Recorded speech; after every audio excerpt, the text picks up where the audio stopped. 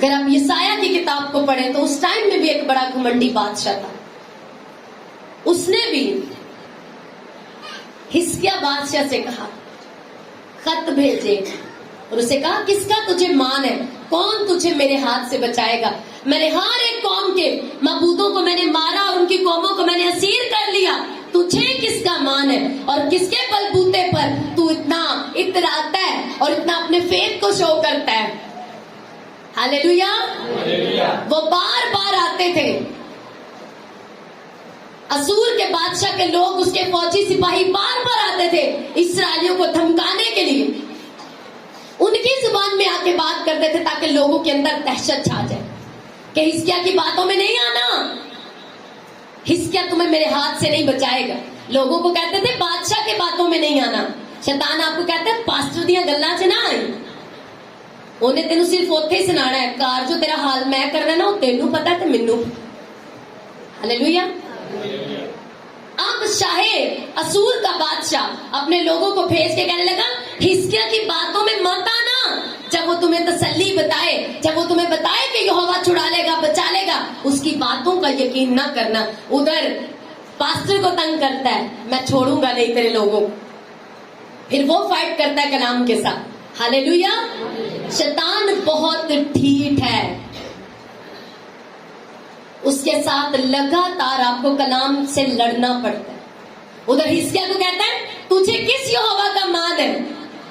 देख अपने इर्द गिर्द नजर दौड़ा, क्या किसी बादशाह को उसके माबूद ने बचाया और कोई कौम मेरे हाथ से बची? कोई नहीं, तो तुझे किसका मान है?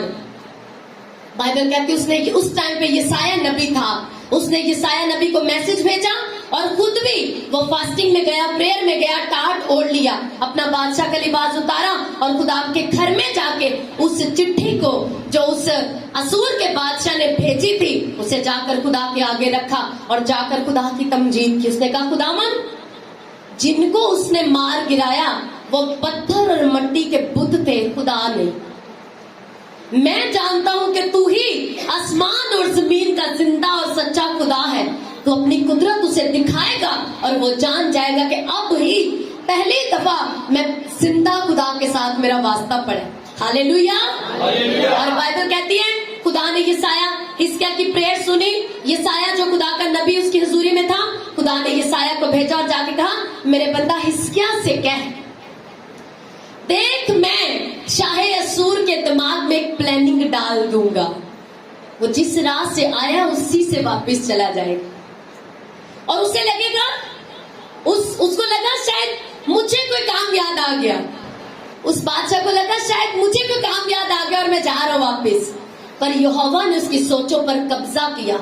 उसने अपने बंदा से कहा मत डर, उसने तुझे नहीं मेरे नाम की तकफीर की और उसे मैं दिखा दूंगा। लिखा है यहोवा ने कहा मैं उसके नाक में अपनी नकील डालूंगा और उसे मैं घसीटूंगा, उसे मैं बताऊंगा कि तेरा वास्ता किसके साथ है। हालेलुया। कहते जिस राह से वो आया उसी राह से वापस चला जाएगा। आपको लगता है कि जादू टूने वाला बड़ा तगड़ा बैठा है मेरे खिलाफ, जिस राह से वो आया उसी से वापस चला जाएगा, क्योंकि ये कलाम है, याकूब पर अफसून नहीं चलता। हालेलुया। और ना ही इसराइल के लिए फाल कोई चीज है, मैं तेरा कटाया टेवा में लाया तेरा बंदोबस्त, ला लो बंदोबस्त। हालेलुया। याकूब पर अफसून नहीं चलता, ना ही इसराइल के लिए फाल कोई चीज है, कोई चीज नहीं। हालेलुया।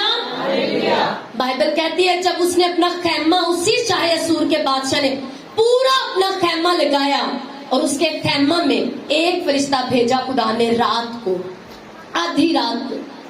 और बाइबल कहती है रातों रात एक फरिश्ता आया और जब सुबह हुई तो बादशाह सिर पकड़ के अकेला बचा। वो उससे जिस अपने असले पर, अपनी बंदूकों पे, अपनी आर्मी पे जो उसका घमंड था तोड़ दिया मेरे यहोवा ने, और उसको अकेले को नहत्ते को वहां से जाना पड़ा। बाइबल कहती है रात के टाइम खुदा का फरिश्ता आया और 1,85,000 उसकी सेना, उसके सिपाही मार गिराए उस फरिश्ते ने। कोई सबूत ना लगा ये मरे कैसे, इनको मारा किसने। हालेलुया।